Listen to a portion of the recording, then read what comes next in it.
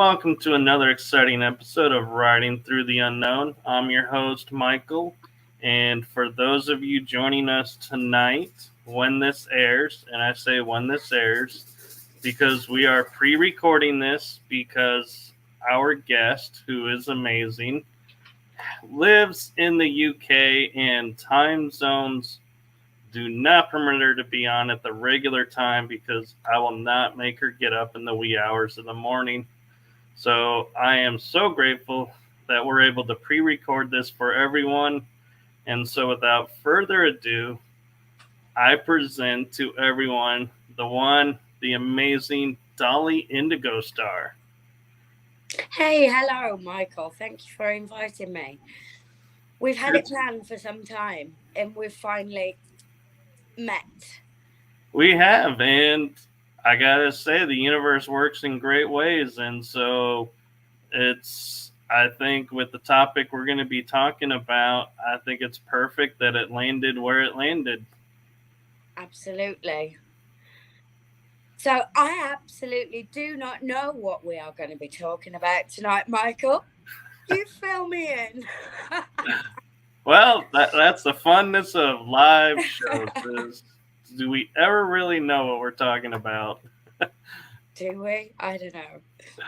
But so before I start us off with a couple of topic ideas, could you give the guests a little bit of background about who you are and what you are, or not what you are, because you are a star being, but a little bit of your background? Oh, well, I guess I've just been able to share my world and search for others. That's how I started. Everything that I did was I just wanted to find some others like me and find a few answers. And then we got this incredible highway and access to this thing that we called the internet, and our world went kaboom. And my world went kaboom, and I started to connect with people and do a lot of research and work with some amazing people all over the planet that are good, credible guys. I've worked with some of the top out there, and I've just found the rabbit hole gets deeper and deeper, Michael. So everything that I experienced from my earlier age of being able to work out why I had these ET and extraterrestrial visitations that I now know as that's perhaps what they were. But at the time when I was a child, it was a lot for me to work out. And through my very early adult years, I had a family and raised a family, but still continued my research and never really let go of the things that I was experiencing, because I needed to find out, who are these beings? Where am I from? How does this connect to the world that I live in? I need some answers. I need to find some facts. So I'm just like any other mom out there that just goes on a quest and takes it a little bit further, let's say. And I started to put boots on the ground, and I visited some of these places across the globe that I found incredible things out about. And my research has took me to meet some incredible people and find out some secrets of our humanity and quest, and our spiritual quest that we have here, our life's journey.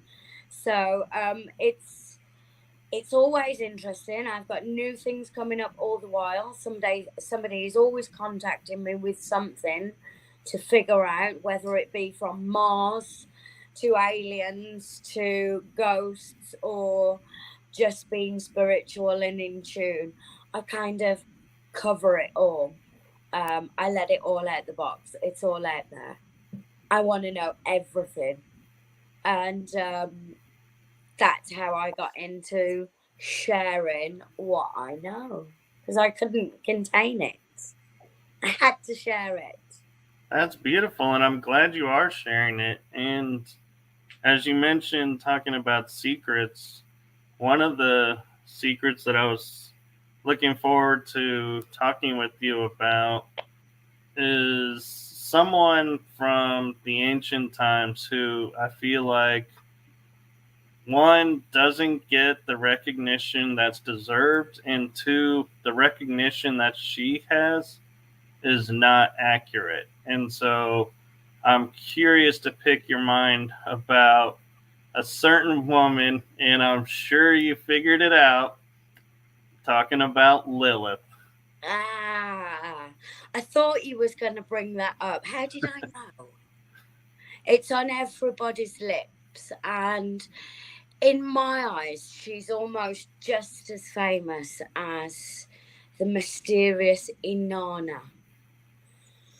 And I think there we have the answer all in one, because most of these deities and gods and goddesses, they had two sides, just like we have a choice, and good, bad, evil, dark, light, and they had exactly the same, and they were a warlike race. They were very territorial, they were very manipulative as well, and sometimes quite evil and brutal, as we know from some of the stories and some of the facts throughout history of areas of the planet where they've had huge battles with different clans. It's still going on today. We're still fighting for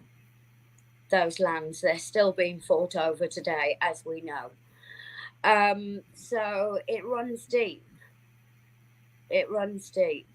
And we're talking Anunnaki levels. We're talking gods and goddesses. So my guess is that Ereshkigal was the other side of Inanna, her darker side. And when we go into the stories in the tales and poems of Inanna and the Epic of Gilgamesh, and really look deep into it and start to pick it apart with a fresh eye, if you like, with a modern eye, we can see a distraught woman that had lost her partner, that went deep into the inner caves of the earth to seek solitude with her own darkness. So she kind of had a death, if you like, lived a death and went to the underworld to seek solace and justice from the gods within the earth. Now there we have a few more conflicting Anunnaki tales of we have tales of the inner earth gods, that there's gods that live within the earth, that these creatures went within the earth. We've got the underworld gods. Are they one and the same? Is there a race of these beings that are part of this planet that she went and consulted? Because we're talking thousands and thousands of generations back. Right. And one of the things that I find interesting is she was, according to biblical and Sumerian texts, the first wife of Adam. And both Adam and Lilith just appear. They're just here. Then all of a sudden they go, well, God took a rib out of Adam and Eve was created, and Lilith just disappears. She disappears, yeah. What was the big threat about Lilith that they had to create another persona? Do you feel? If we think about an ancient description of something that you need to fear or keep away from or not give into, And one of the biggest things is temptation.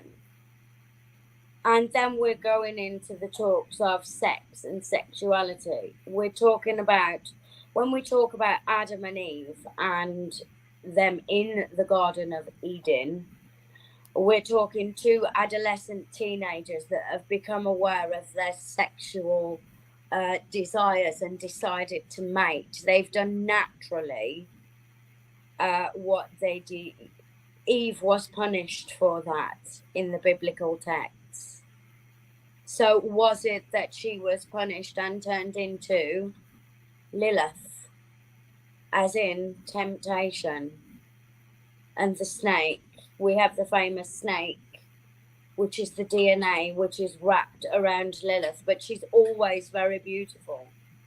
And the depiction of Eve is that she's the daughter of Eden, the daughter of God, and she would have been beautiful, desirable to the eye. But then we also go a little bit further when Eve, through that temptation and knowing and understanding of her sexual self, she gave birth to the two twins, the brothers, the famous brothers that were Cain and Abel. But then we have conflicting stories that go on a little bit further, because then the two brothers, they took wives from neighboring clans. It's there in the Bible for us to read. We just need to begin to unravel it and ask questions. So that therefore tells us that Adam and Eve were not just the first, male and female, because their sons and offspring took wives from neighboring clans. So it tells us that parts of Earth were already separated up and governed.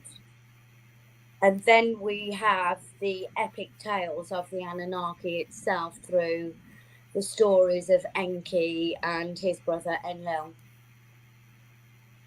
And it's written all over Samaria and Mesopotamia and modern nowadays Iraq and Iran, Persia. It's part of their history, culture. It's there for us to see. Most of it's in the museums as well. Right. And a lot of it's been destroyed. I was going to ask you about if Adam and Eve and Lilith and their children were Anunnakis, because that would explain then why there were women for the sons to marry. Because, yeah, the Bible just says Adam and Eve, then says Cain and Abel got married. It's like, wait, where did it doesn't like? It's like, oh, suddenly there's like more people. Make sense. Yeah, it doesn't make sense to you. So if we go back a little bit further, let's go back just a little bit further. We've got two children, basically, that are brought up in a garden. That's a little bit hard for me to believe. I couldn't leave my 9-year-old in a garden to look after himself. Right, especially with all the animals around. Yeah, he would need some kind of education. He would need some kind of guidance, which tells me that Adam and Eve had some kind of guardians that watched over them. And Adam and Eve must have also, they didn't just spring out of thin air, because if that kind of happened, and we're going into stories of God taking a rib from Adam to create Eve, then we're kind of talking genetic modification in modern day terms, basically. Right. So we're then talking about, is this an advanced race of a civilization that apparently we are in their image of, and they helped assist create us? Because this is what seems to be that the stories are coming forward.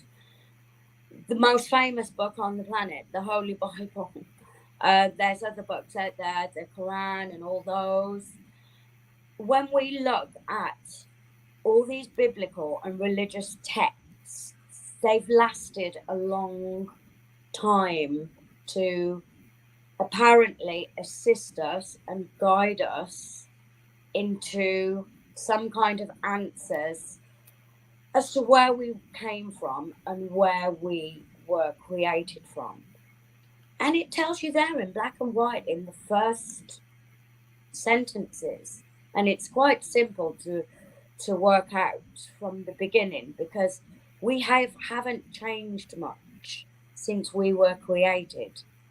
We've just evolved mentally, spiritually, and physically. But our actual physical design, as in the arms and the legs and the head and how everything functions correctly for us to follow orders and be instructed, hasn't changed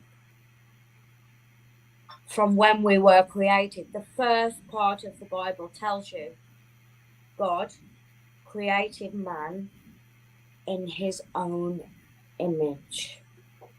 So therefore, if I were to meet God, he would be a being that looks just like me or you. Right. And I've been sitting here thinking, as we're talking about, the stories and looking at them in a different light. And you pointed out saying, did Lilith become Eve or vice versa? And I was thinking, going, when they plucked the rib of Adam and genetically modified, and could they have modified Lilith, in which case she then became Eve? And it was through the modification she took on a new persona, new everything, because she was transplanted through genetic modification. So that's what they're saying. Yeah, when it could be there a very strong possibility, because as we know, there were not just Adam and Eve that were created. I think when you read through some of the ancient texts and scriptures and things that have been recorded, and not just by Zachariah Stitchley, may I say, out there, other scholars that have looked at this stuff, and they're telling a story of how the human race was created and for what purpose.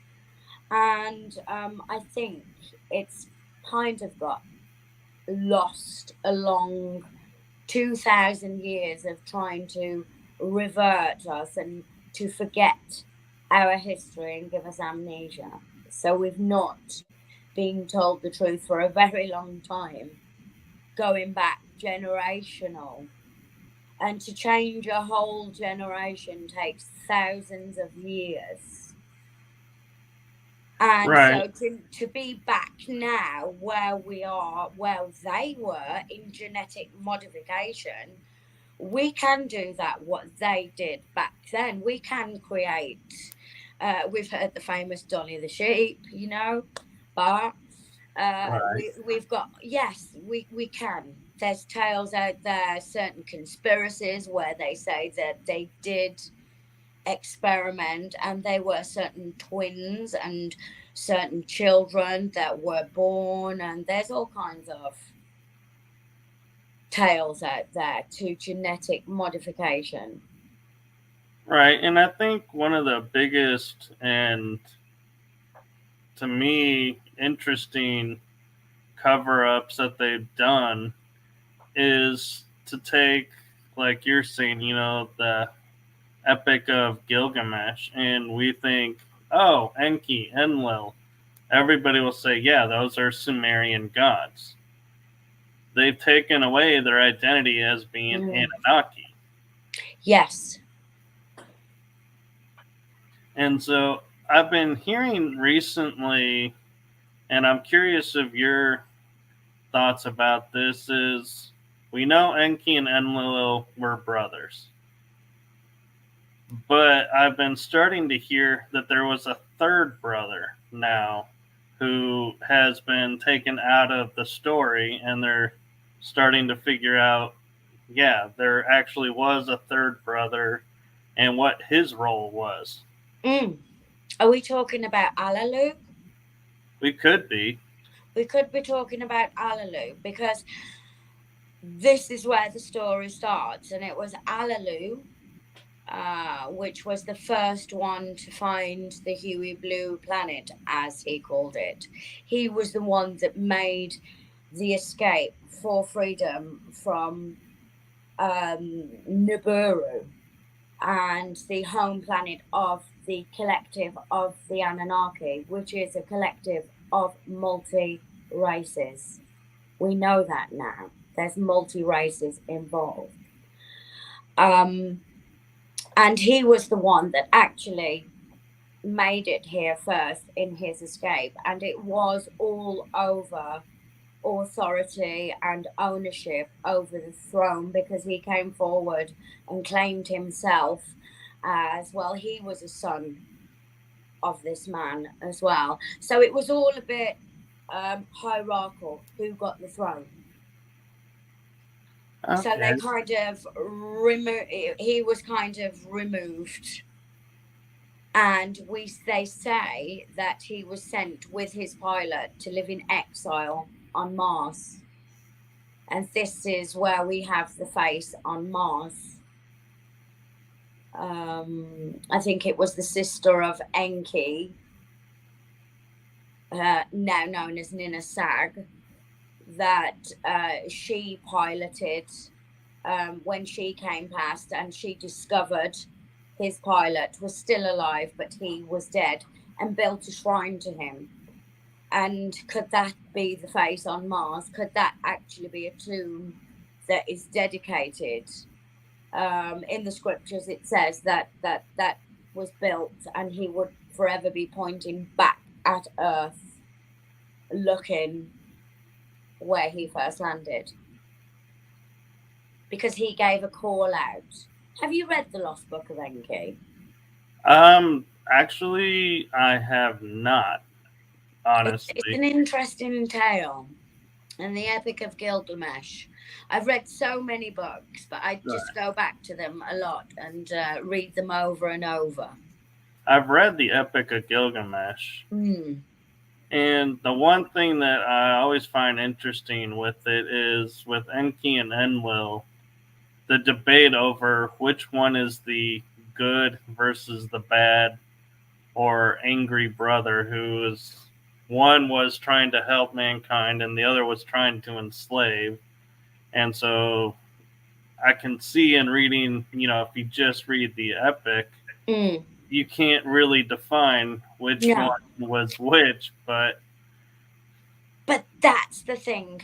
Humans, we love a good tale, and we love a good battle of good and evil and who wins. But they don't tell you the end of the story, that they were brothers, and brothers are united. And that's exactly what happened. They came back together. They united back together. And the domains were ruled by these guys. We've got the famous Enki, known as the god of the waters, land and water.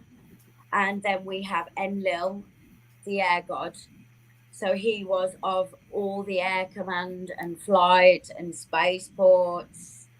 So these guys had their domains, but they would have had conflict all the way. They had Anunnaki troops that were here in their thousands. Literal thousands. So I'm curious if when we look at the gods, through mythologies, I notice the similarities between the Romans and the Greeks. And they often say they stole from each other, so you kind of can explain that. But then you look at the Egyptians, the Sumerians, all of that area, and the one thing I find interesting is the gods live somewhere else and come down to visit.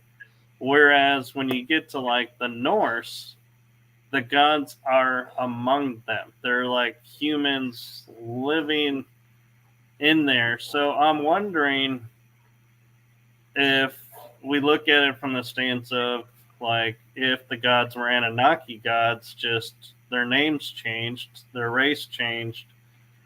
Does the Norse still qualify as Anunnaki, or they're all Anunnaki. We are offspring of the Anunnaki, and we are a creation of them. So all within the different races and parts of humanity, they are somehow connected to the Anunnaki star races. The word Anunnaki gets kind of confused a little bit. A lot of people think when they hear the word Anunnaki, they think some terrible 7-foot reptilian alien with jaws and swords and magic powers and lasers and things.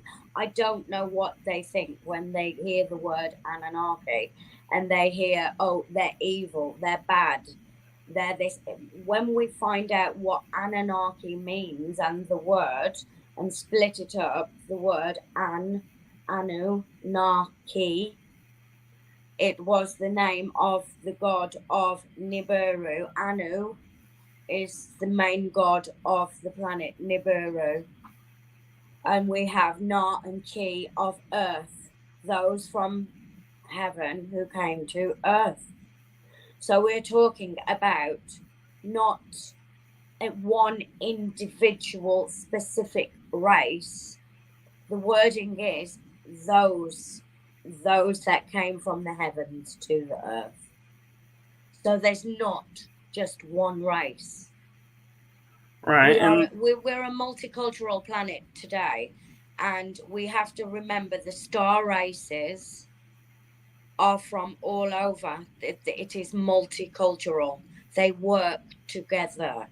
So whether they be Arcturians, Pleiadians, Andromedans, Zetas, the good guys, Syrians, they're known as Anunnaki. They came, they interacted, they passed knowledge, they worked together. The bloodlines of Enlil and Enki that both had different mothers, the same father but different mothers. The different mothers were from different star races. So this is, and the other brother was from different star races. These, beings were multicultural.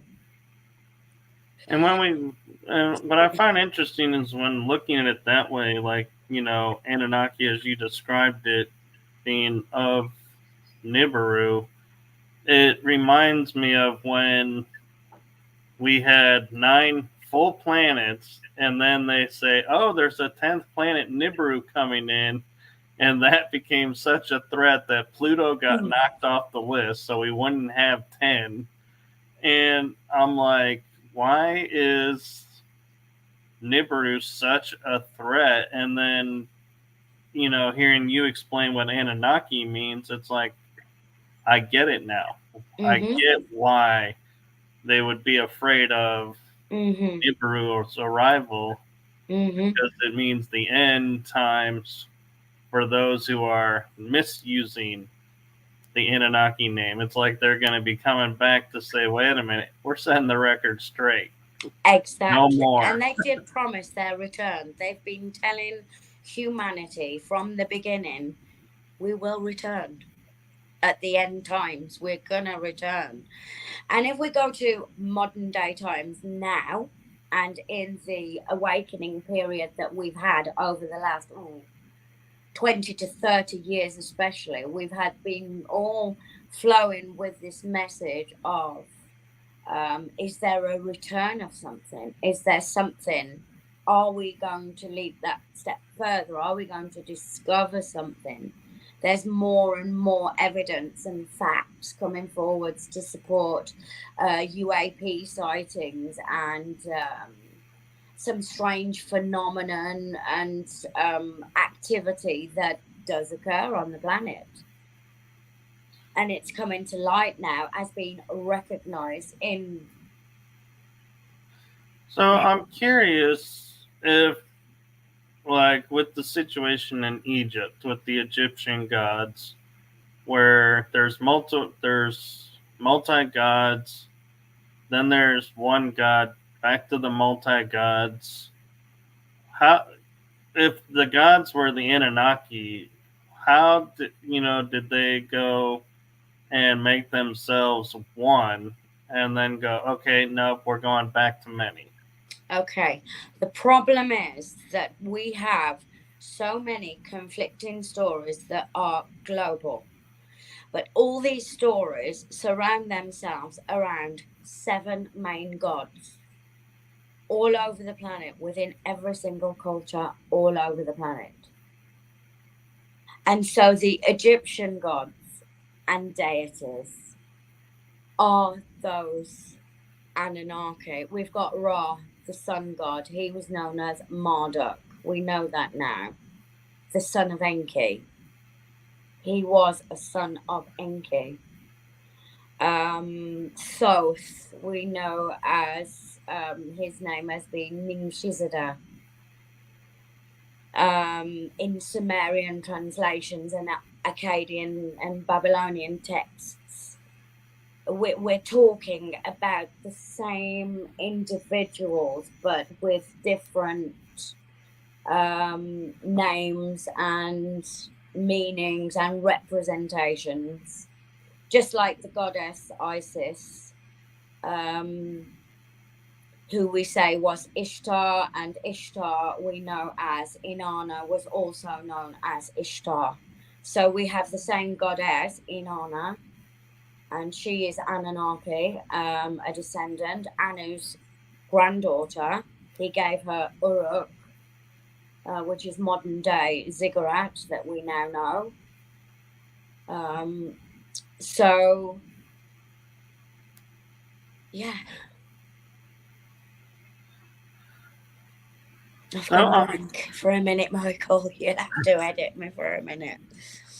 So we've got a lot of, and it does make you go blank because you hit blank walls everywhere. You've got all these gods and goddesses, but there are 7 of them, but they are basically translated and depicted in whichever historical battle, whichever change of ownership or rulership. They would have carved these on the walls. They would have wanted them to last throughout history. There's lots of myths and theories about how the pyramids were built and such monuments like that. Was that an Anunnaki structure? Was it once a huge base, Anunnaki base in Egypt? Some say it was a conduit, a portal to the stars. And that's kind of the story you get when you are there and you walk through Egypt and see the tombs and focus on the message of the meaning of our life here, and also our afterlife is so important as well. Right. They left it for us on the walls. And I can attest that when I was in Egypt and going to the 7 temples that were aligned to the chakras, it's aligned to different, trying to think, energies, depending on where you're at. I did notice that feeling in the people I was with, where we were all talking about how walking through the sands there, walking through the temples, yes, you had the feeling of, I am walking in the same place they did thousands of years ago. It has been literally untouched. It's not changed. It has not changed. Apart from it is a little bit run down and decaying a little bit. But there is more and more coming from underneath the sands of Egypt. It's so exciting right now out there because there is so much being discovered and uncovered that's coming to light out there. The LiDAR maps that they've recently done, they found huge underground cities, but they haven't got the hands and means to excavate them yet. So who knows what secrets are yet to be revealed that's preserved under there.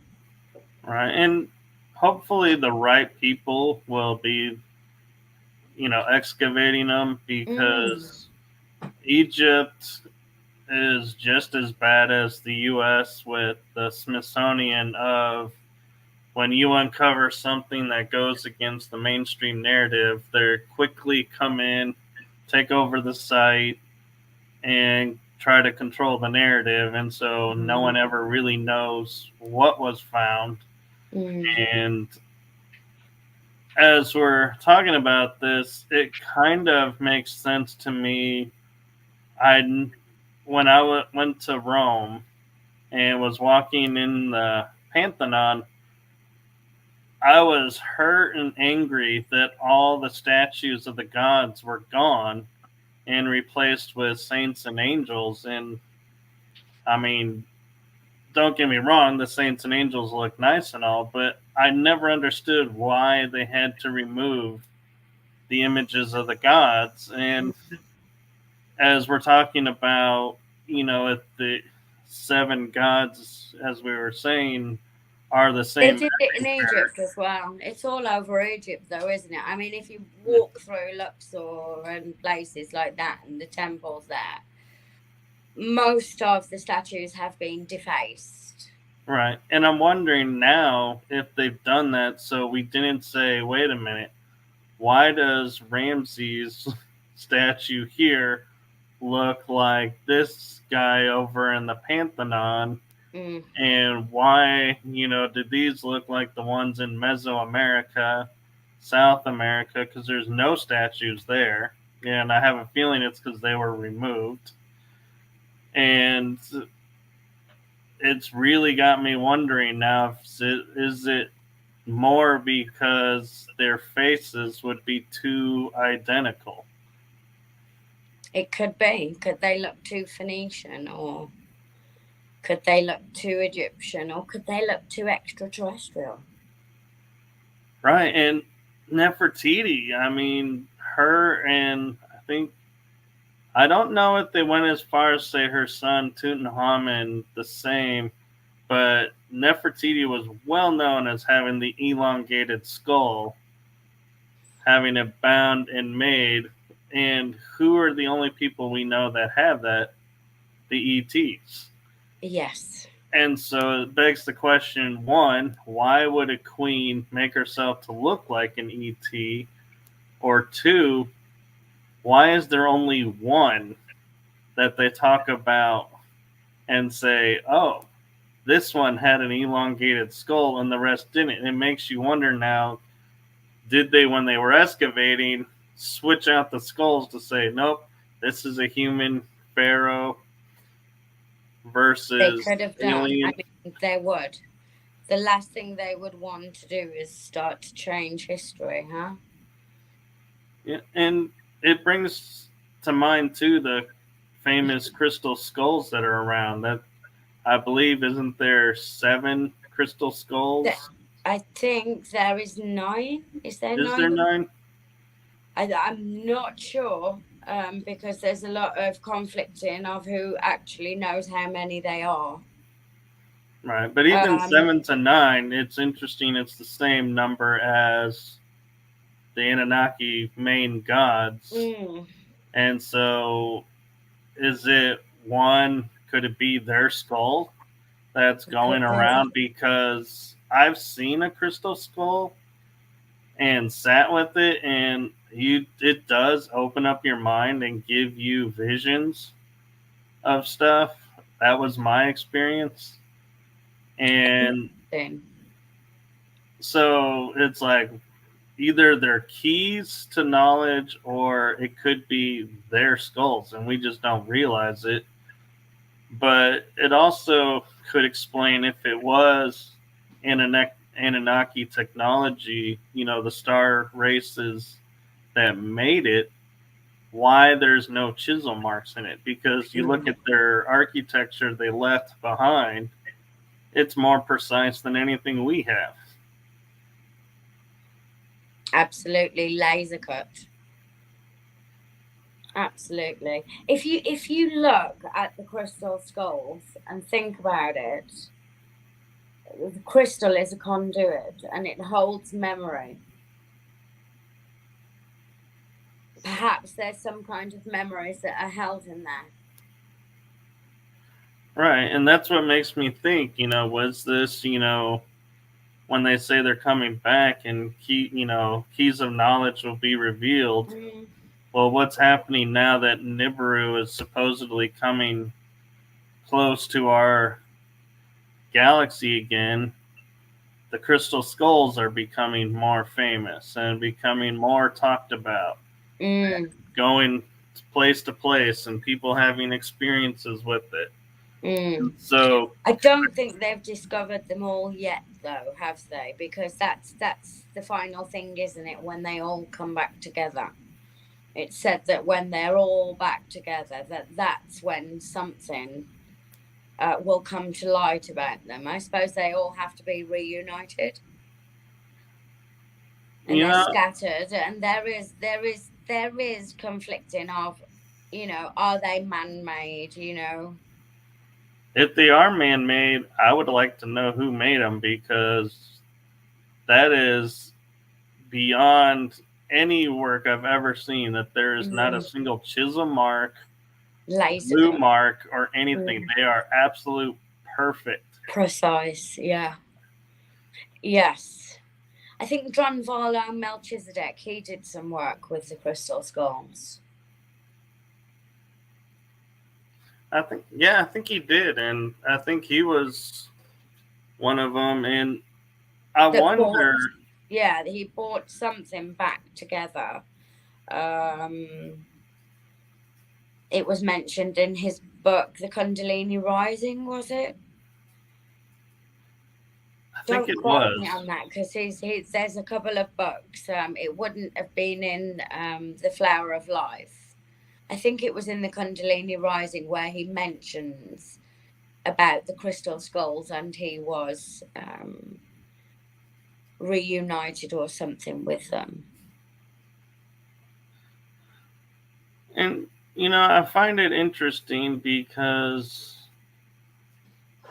when we look at the Anunnaki and the understanding now of being multi race,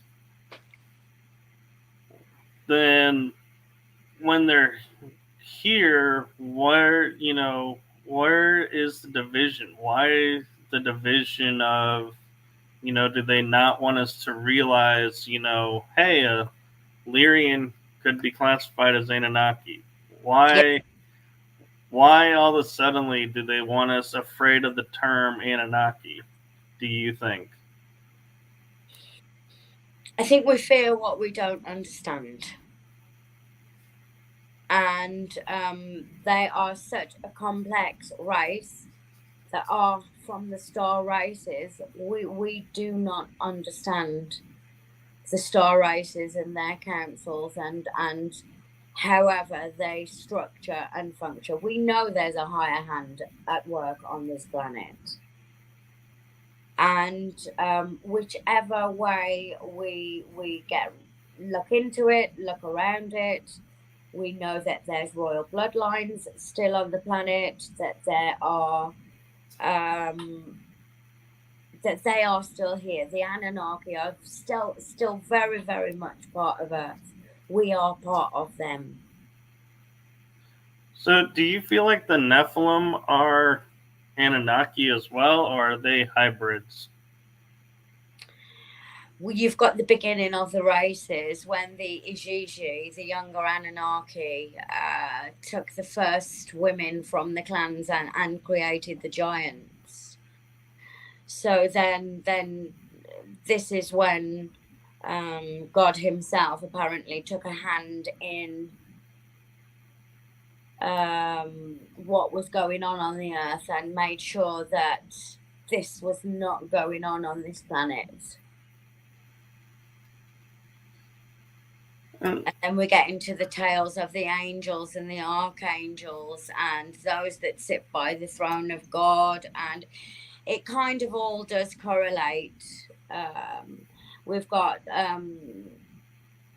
the Archangel Michael, the most beautiful angel of all. Right, and he's supposed to be the protector of the planet. Yes. These angelics were given positions. So they are Anunnaki. They are all Anunnaki descendants. Those with wings, that we depicted them with wings. So we kind of turned them into our archangels and angels and angelic beings, which is the best way that we could describe these heavenly visitors descending from the sky, giving us orders and instructions and structure. So then I wonder if we're look at it that way, then what the significance is of like the seraphim with having the red wings, the powers that don't have wings, and the archangels, angels, guardian angels, you know, the different levels, the warrior angels. They've all got wings, they all fly. It doesn't mean they physically fly like a bird, but those have been seen. So I can't quite, conflict it, because people have said that they have had angelic presences. And I know myself firsthand people that wouldn't tell me lies, that have said that they've seen beings, but then describe this being as having some kind of wings on its back where it could move quickly.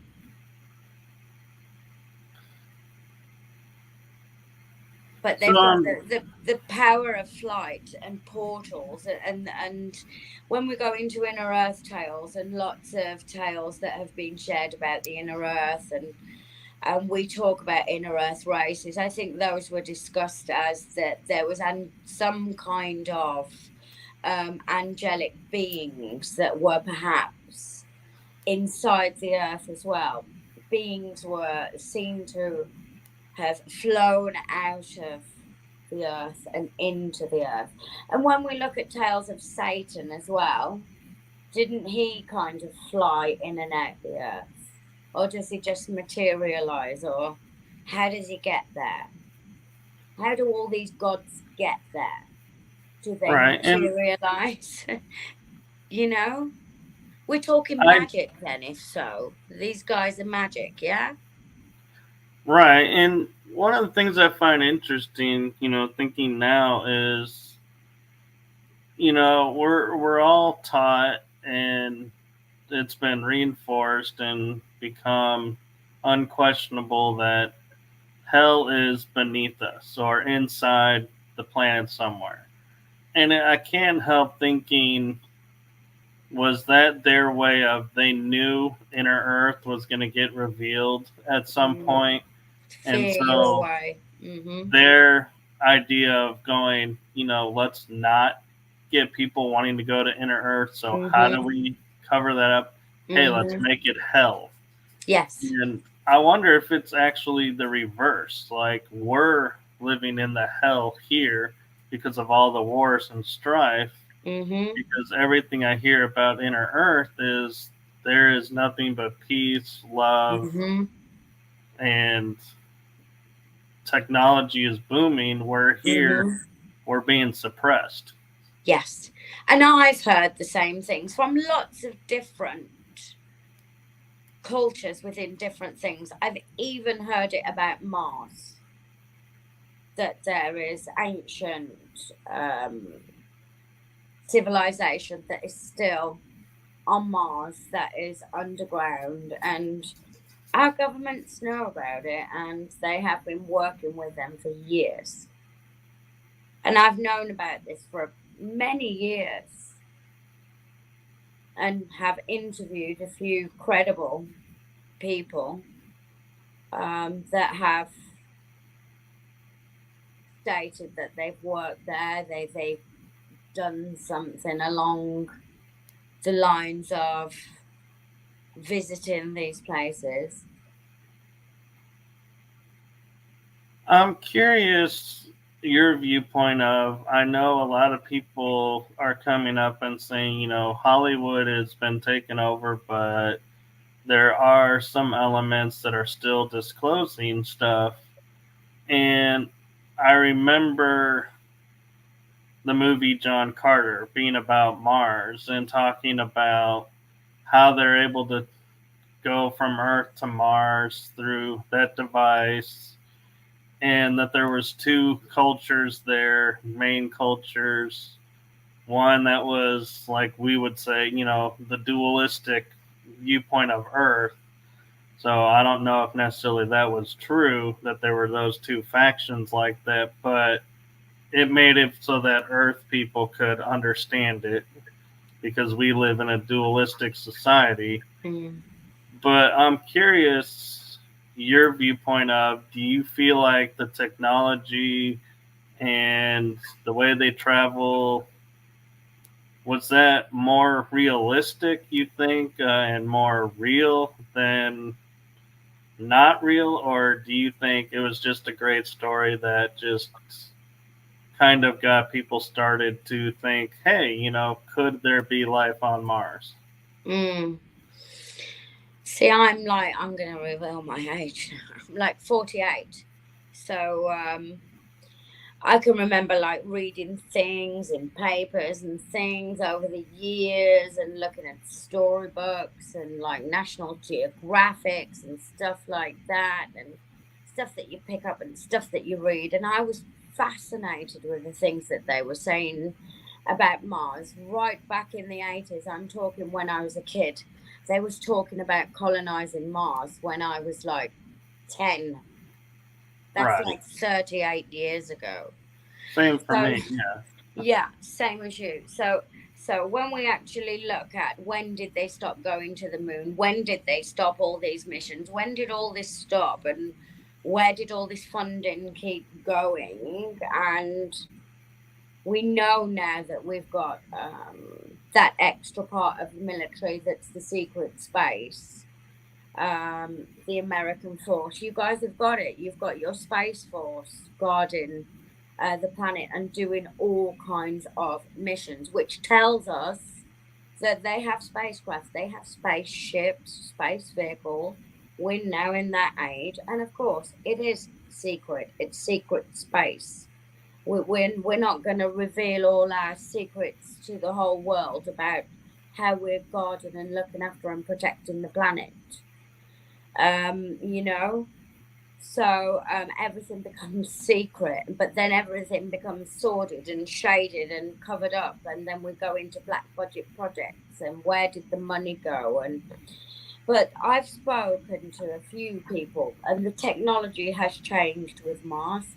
The craft has changed. The time that it takes to get there has changed, considered to when people were talking about when they were going there in the 80s.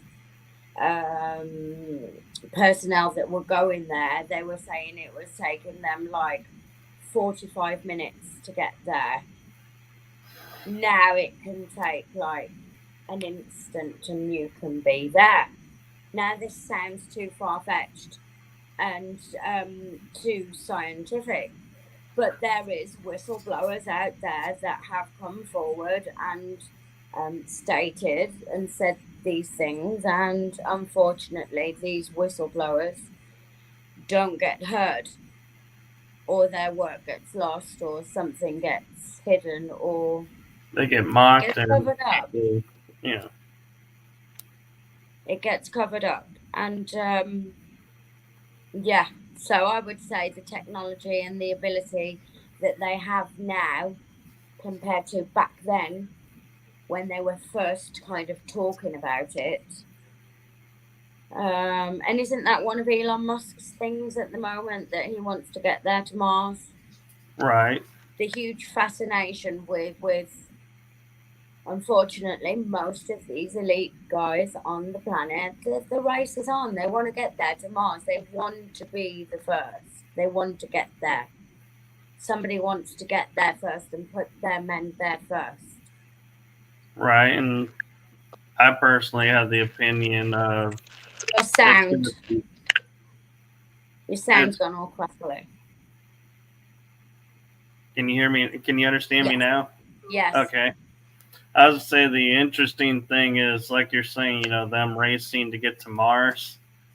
When they land to go on the first, and having people with boots on the ground already coming out and going, "Hey, welcome to Mars," and being like, "Oh crap, we're already here.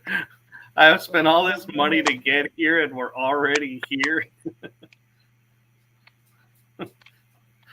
So I think that would be comical to watch. It would be. But I'm sure NASA already know about it. I've worked with some of the greatest anomalists and even guys that were employed by NASA itself that have images that are archived and not even, out there, and that there's clearly some kind of structural evidence, remnants left on Mars that just does not make sense. Right. And amazingly, Dolly, as much fun as it is, we actually are at the end of the hour. I know. So we'll have to get you back on, and we'll you'll have to. Yeah, because I feel like there's so much more. And where can people find you? You can find me. I've got a YouTube channel, SpaceLink TV. You can find me and my interviews and work over there. And I also work with basistv.com. So we've got a lot of stuff out there. I work there. Oh, we'll see if we can get her back on. This is part of the fun of having guests from the UK on, is sometimes internet cuts out, and so signals get interfered with. So I'm going to take this opportunity to thank Dolly for coming on, and we will have her back on again. And thank you all for watching this episode. And we will look forward to seeing you on the next episode of Riding Through the Unknown. So have a great night, everyone. Have a blessed day wherever you are in the world. Take some time for yourself and take care of yourself. Love yourself. Have a great one, everyone. Bye-bye.